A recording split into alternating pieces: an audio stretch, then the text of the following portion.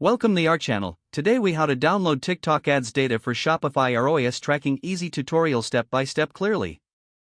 Begin by logging into your TikTok ads manager account. Once logged in, navigate to the analytics section located in the left-hand menu. In the analytics section, select campaigns to view your ad performance. You will see a range of metrics related to your TikTok advertising campaigns. To download your data, look for the Export button situated at the top right corner of the page. Click on the Export button to reveal various options for data export. Choose the appropriate date range for the data you wish to analyze. Next, select the metrics you want to include in your download. Make sure to include metrics such as impressions, clicks, and conversions for complete ROAS analysis. Once you've made your selections, click on the Download button. Your data will be compiled into a CSV file, which will download to your device. Now, navigate to your Shopify admin panel. In Shopify, look for Analytics in the left-hand menu. Select Reports to access the reporting section. Here, you can import your TikTok ads data.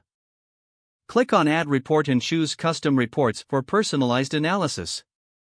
You can now upload the CSV file that you downloaded from TikTok Ads Manager.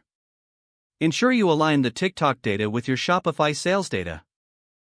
To track ROAS effectively, calculate the total revenue generated from your TikTok ads. Divide that revenue by the total amount spent on those ads. By following these steps, you will successfully track your TikTok advertising ROAS in Shopify. If the page does not load, refresh the browser or try again in a private or incognito window. Make sure you are using the correct email address, then retype it carefully to avoid small typos. If your password is not accepted, use the reset option and create a new strong password you can remember.